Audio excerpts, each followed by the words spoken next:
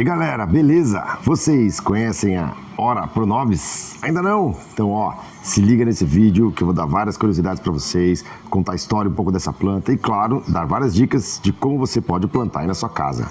Bora!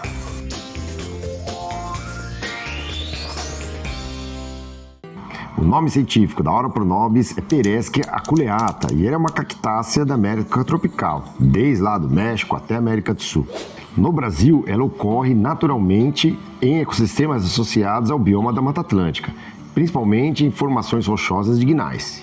Ó quem veio ajudar aqui, ó, a filmar. Porcaria.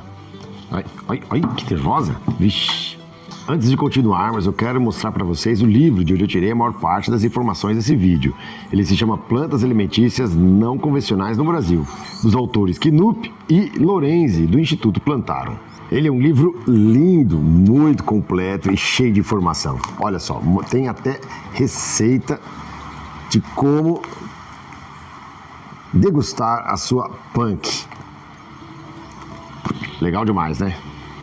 Muito conhecido por ser um cacto com folhas, pela sua floração exuberante e por ter quase todas as partes comestíveis, podemos enquadrar o Ora Pronobis como uma punk, planta alimentícia não convencional, que são plantas que têm a possibilidade de servir de alimento aos seres humanos e que não são usualmente utilizadas para isso.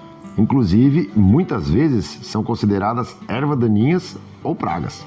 Ou seja, punks são plantas alimentícias que não têm cadeia produtiva estabelecida, que por isso não vão aparecer com facilidade aí nas prateleiras do supermercado. Então, se você tiver a chance aí de pegar uma mudinha de Ora Pronobis, seja com o vizinho, com o amigo ou na floricultura, não deixe de garantir a sua.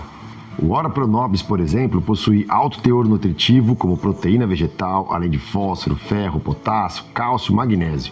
As folhas e os brotos jovens não contêm espinhos e podem ser consumidos secos e moídos para enriquecer massas e pães, por exemplo, ou ainda crus, cozidos ou refogados, servindo de recheio para sanduíches ou tortas e como acompanhamento. As flores jovens podem ser saboreadas em saladas, omeletes ou com carne. Seus frutos alaranjados possuem alta proporção de vitamina C, com sabor ácido sendo utilizados no preparo de sucos, geleias, mousses e licores. Ixi, é muita coisa. É uma planta maravilhosa, nativa do Brasil e que não tem no supermercado. E além de tudo isso, é uma planta ainda muito ornamental e que pode ser utilizada como cerca viva. Antes de seguirmos para o plantio, não esqueça aí de dar o like nesse vídeo, se inscreve no canal, compartilhe com os amigos, dá essa força pra gente. Agora sim, vamos lá. Para o plantio da Ora Pronobis, você deverá utilizar uma terra bem drenada e rica em matéria orgânica e que poderá ser feita em um canteiro diretamente no chão ou em vaso. Para adubação, você pode utilizar humus de minhoca, composto orgânico ou a base de esterco de galinha. Aliás, nós já temos um vídeo aqui no canal sobre como fazer a cura da titica de galinha para produzir o adubo. Então, está fixado aqui no card para vocês. Depois desse vídeo, basta conferir lá. No meu caso, eu estou plantando em um vaso de 6 litros, que tem aí 1 palmo de boca por 1 palmo de profundidade. A minha mudinha de Ora Pronobis, ela ainda é bem pequena, então eu vou manter nesse vaso por um tempo e depois, quando tiver um tamanho mais legal, eu mudo o vaso. Não esqueça de garantir que o vaso tenha furos de drenagem nos fundos. Por ser um cacto, o Ora Pronobis não gosta de solo encharcado. Aliás, você precisa fazer a rega apenas 2 vezes por semana e já está ótimo.